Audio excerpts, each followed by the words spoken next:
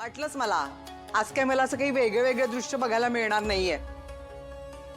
किती मी स्वप्न बघत असते, काय माझी सून लवकर उठेल, देव पूजा करेल, नैवेद्याचं बघेल. कसले काय आज पण तुम्हीच पूजा करताय ना. माझं अख्खं आयुष्य ना ही स्वप्न बघण्यात आणि रंगवण्यातच जाणार आहे असं वाटतंय मला.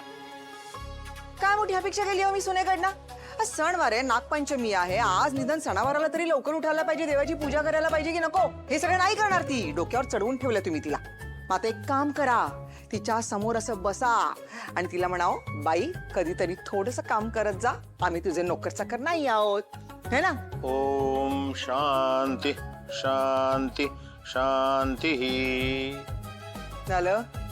मी बोलले ते लक्षात घेतलंय का. इकडून तिकडून गेलं वारं सगळं.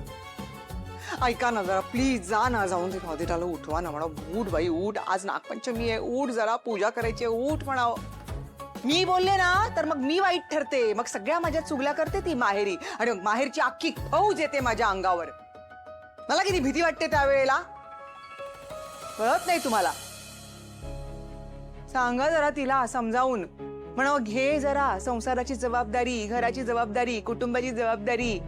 तुम्ही जर तिला ठणकावून नाही सांगितलं ना तर ती इकडचं भांडत तिकडे करणार नाही. निदान सणावारावर तरी. Good morning. काय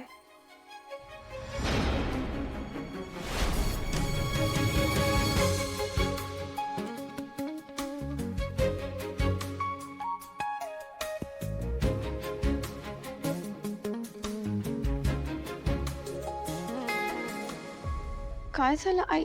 कुठे कुठे गेली होतीस. आई पूजा करायला गेले होते.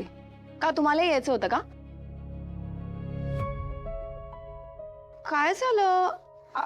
अशा का बघताय तुम्ही? काय नाही बाळा, तू जा, तू आवर. ओके आलेच मी. हा बाबा.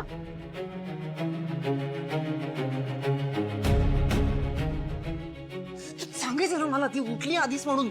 हे बघ, मला 100% नाही 200% खात्री होती.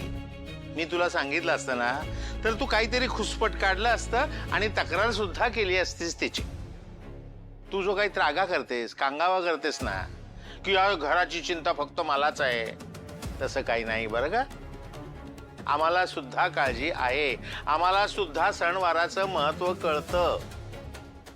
अगं तिला घालून पाडून बोलण्यापेक्षा तिला एखादी संधी दिलीस, तिला समजून घेण्याचा प्रयत्न केलास ना तर तुलाही कळेल की आधीरा सगळ्या जबाबदाऱ्या या नीटच पार पाडते.